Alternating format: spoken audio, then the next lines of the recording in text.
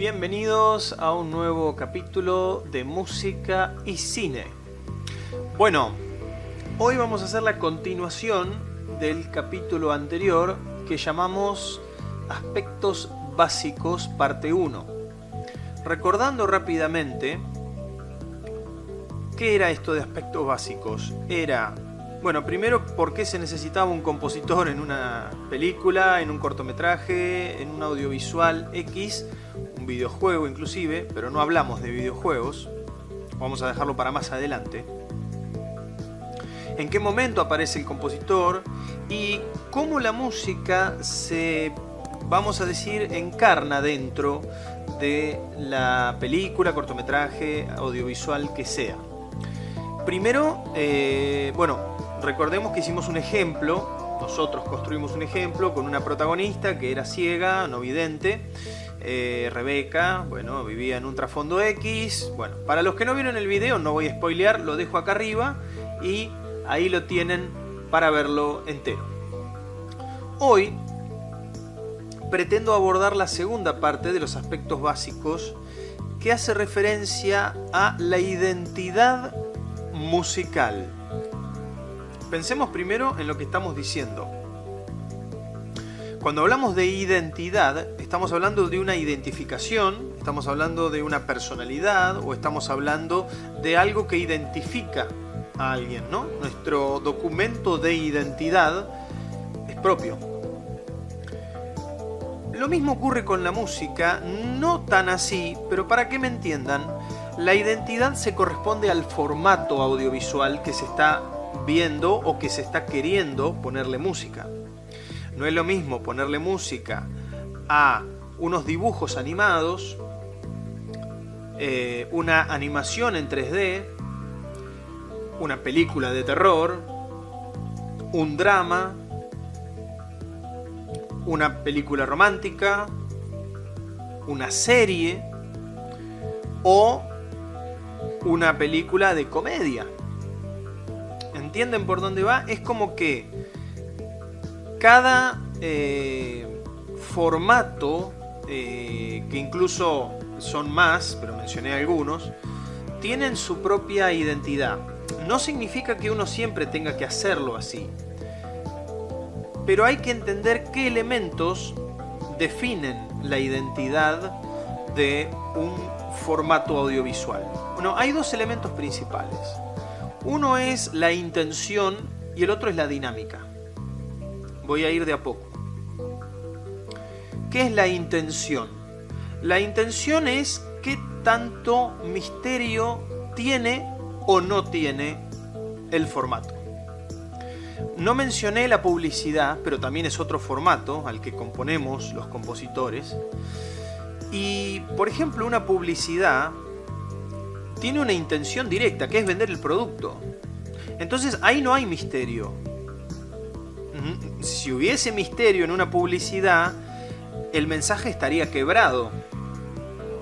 Porque ¿qué es lo que quiere la agencia publicitaria cuando contrata a un compositor?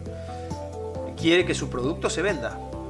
Y la música tiene que tener esa intención directa de que el producto se venda. Pasa lo mismo con la música de trailers. Es vender la película. Es hacer un pequeño pedacito de recopilación de escenas, de tomas de la película, ponerle una música suficientemente interesante y capturante, con efectos, con todo lo que pueda llamar la atención de un espectador para decir quiero ver esa película, o quiero ver ese cortometraje, o lo que fuera. Entonces, la intención en el cine no es la misma que en una publicidad. ¿Por qué? Porque si la intención es muy directa en el cine, no hay misterio. Y es como spoilear, vamos a decir, el contenido narrativo del audiovisual, de la película, cortometraje, lo que fuera. Hablamos de cine. Pero ¿qué es lo que necesitamos? Dinámica, que es el otro elemento, que es la fluctuación entre reposo y tensión. Es decir, momentos de reposo donde todo está bien, donde el espectador está tranquilo, mirando y no pasa nada, y de repente algo pasa, comienza la tensión. La música de cine se alimenta de tensión y reposo constantemente. Son estos contrastes, lo que hacen que la música de cine tenga identidad y que realmente uno esté en la trama de lo que está ocurriendo. Porque si no sería todo muy básico, todo muy plano o todo muy arriba, y no hay contraste. Y el contraste en la música, al igual que creo en la vida, genera los cambios. De hecho, un cambio es un contraste. El día es el contraste a la noche. El blanco es el contraste al negro. Según entiendo, por ahí algún artista plástico me puede decir, no, mirá, hay una gama de colores. Bueno, perfecto, pero desde mi concepto el negro es el contraste del blanco. O la luz de la oscuridad. Y esto hay que entender que se lleva a cabo en la música de cine.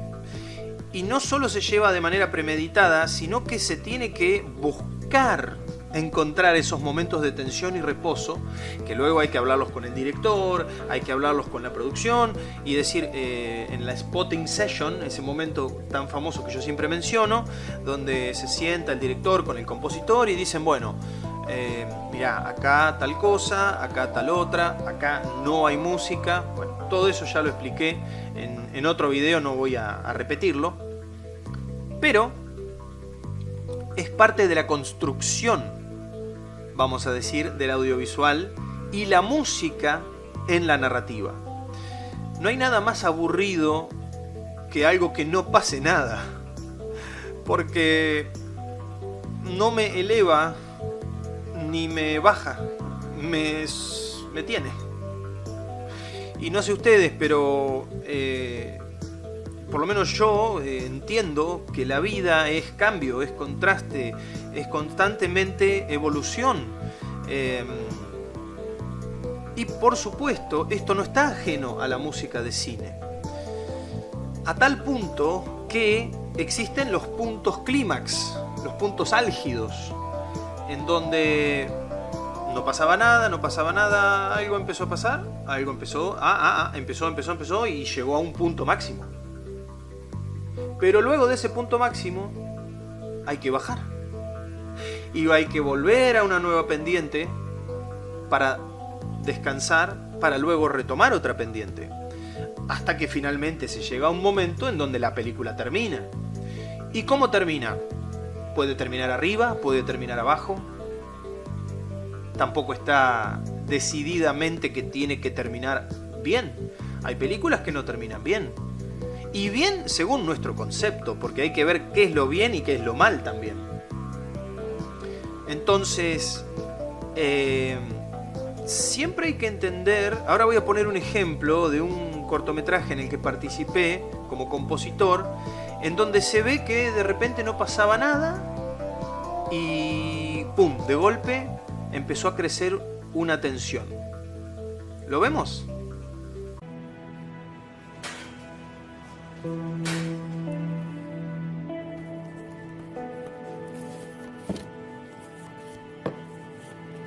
¿Sabes qué le dijo la puerta al picaporte?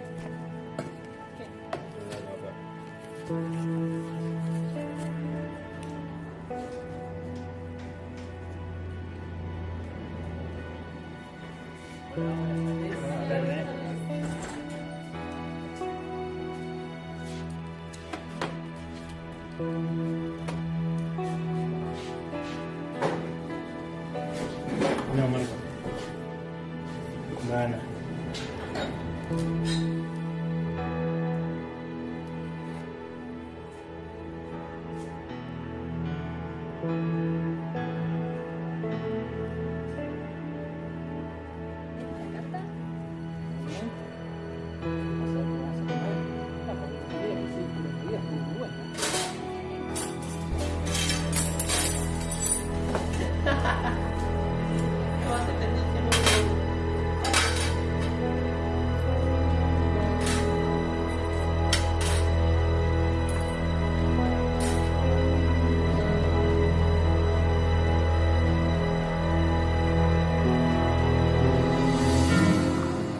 conté todo lo que pude. ¿Se dieron cuenta? El hombre estaba tranquilo, no pasaba nada, era un día normal de trabajo, él estaba haciendo lo suyo, pero hay un desencadenante que genera algo que lo molesta, que es la actitud de este joven que se le ríe porque se le cayó todo, y ahí empieza a gestarse una intención dentro del actor y obviamente dentro de la narrativa, en donde algo va cambiando. Y fíjense la música cómo va cambiando. Lo hice intencionalmente, he hablado con la directora del proyecto, para que justamente se vea cómo algo está pasando. Y si algo está pasando, la música lo tiene que representar, siempre y cuando esté aprobado por el director o la directora del proyecto, por supuesto. Pero dejando esto de lado, que muchas veces somos los compositores los que le damos las ideas a los directores. Recientemente he estado trabajando en un audiovisual donde también se me llamó a participar de una manera muy libre, muy cómoda, y realmente me dieron mucha libertad de expresarme. Y yo les generé algunas ideas a la producción y les gustaron mucho. Y además es un cortometraje que cuando lo vean van a decir qué buena construcción desde lo fotográfico, desde toda la producción. Realmente han tomado las cosas muy en serio, y por eso yo también respondí de una manera muy reactiva, positivamente, a ese audiovisual. Ese es otro tema que vamos a hablar en otro video, y es la actitud del compositor en el equipo, simplemente como nota de color. Ahora pensemos lo siguiente, volvamos al ejemplo de este hombre y quedamos con una tensión arriba, porque él está enojado, pero de repente ¿qué pasa? Esa tensión desaparece y vuelve a empezar el reposo, podríamos decir, o la calma, por decirlo de alguna manera. Entonces, ¿se dan cuenta que es importante que esto ocurra? Que no sea algo estático, sino que la intención en el cine está escondida porque no queremos spoilear nada, pero la dinámica está constantemente tensión, reposo, tensión, reposo, tensión, reposo. Y esto es lo que hace interesante a un audiovisual. Y es lo que tiene la música de cine, y por eso la amo, y por eso me apasiona lo que hago, porque por estos contrastes, por estos colores, por estas no son pequeñas muchas veces son marcadas evidencias de contrastes emocionales, contrastes narrativos. Entonces eso hace, por lo menos de mí, alguien muy interesado en brindar lo mejor, en decir, esto realmente me gusta, me atrapa, me dejo llevar, primero como espectador, porque no hay que olvidar un detalle que muchas veces no se menciona, pero el primer espectador es el compositor. Es decir, se termina el montaje y la producción le dice al compositor, bueno, ahí van las imágenes, muchas veces te lo mandan por un drive, una nube, o sea, un formato digital, y vos luego lo cargas en tu ordenador y empezás a ver. Y sos el primer espectador que ve el trabajo realizado. Entonces sos el primero en dejarte emocionar, en dejarte impresionar, en dejarte conmover, porque estás ahí y sos vos frente a la imagen. Ni hablar si tenés la posibilidad de leer el guión y de alimentarte de la narrativa de otra forma. Pero nombrando este último audiovisual en el que trabajé, solamente vi la imagen, y la imagen era tan bien realizada y tan clara, aparte el mensaje era muy claro, que no tuve duda en qué es lo que tenía que hacer. Por eso la directora, el equipo de producción me dejaron tanta libertad, porque en ningún momento quisieron condicionarme. Sí me daban algunos lineamientos, mirá, esto, pero después, el compositor sos vos, hacé tu trabajo. Y fue muy lindo realmente. Bueno, dentro de poco, si Dios quiere, ese cortometraje estará girando en festivales de cine y demás. Bueno, terminando la idea de la identidad musical, hay que entender dos cosas más. Primero, la identidad no solo la identifica como formato. Estoy viendo dibujos animados. Estoy viendo una película en 3D. No es solo eso. Es que la misma música genera en el espectador la necesidad imperativa, que esto es lo que me gusta y me apasiona de la música de cine, de sentir. ¿Se entiende? Vos mirá una película y ponele mute, sea de terror, sea de amor, sea de comedia. Decime si te reís, decime si te asustás, decime si llorás o si te sentís enamorado, decime. Hacé la prueba, ponele mute y vas a ver que no te pasa nada.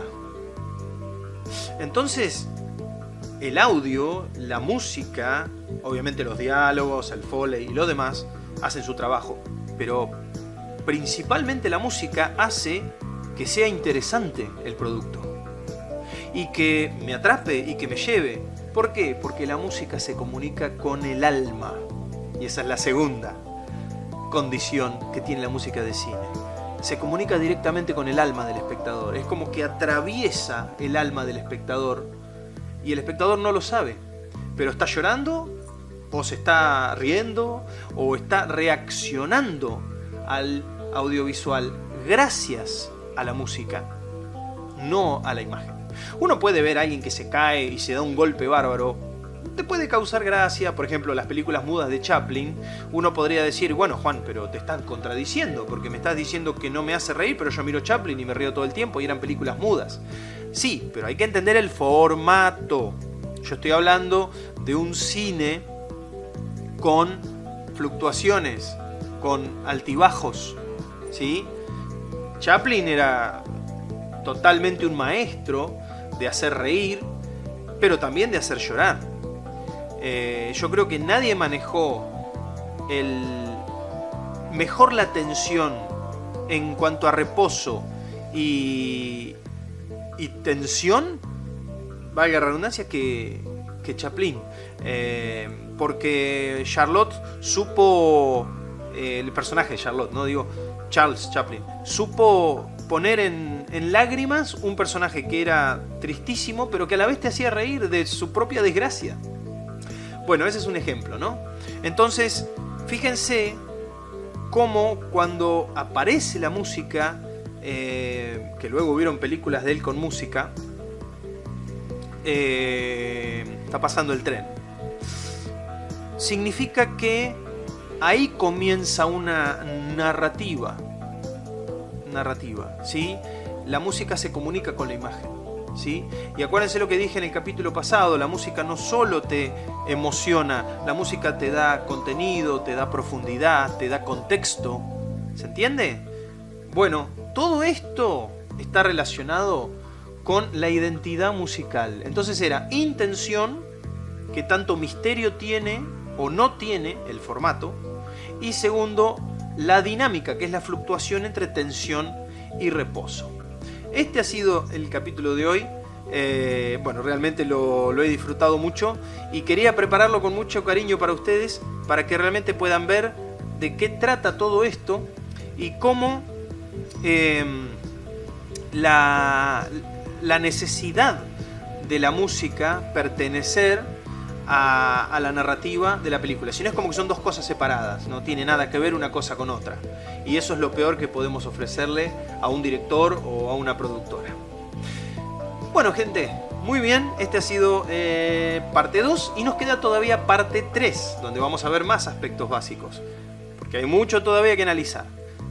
Pero espero que esto les haya sido de ayuda a los que están interesados en aprender a componer o cómo se compone, los curiosos también, y los que no son parte del canal, por supuesto, son bienvenidos a suscribirse y activar la campanita para recibir notificaciones. Trato de subir videos todos los lunes y jueves, es un poco la dinámica que tengo según los tiempos y cómo me puedo organizar con otras actividades. Así que, sin más, Nos vemos el próximo capítulo.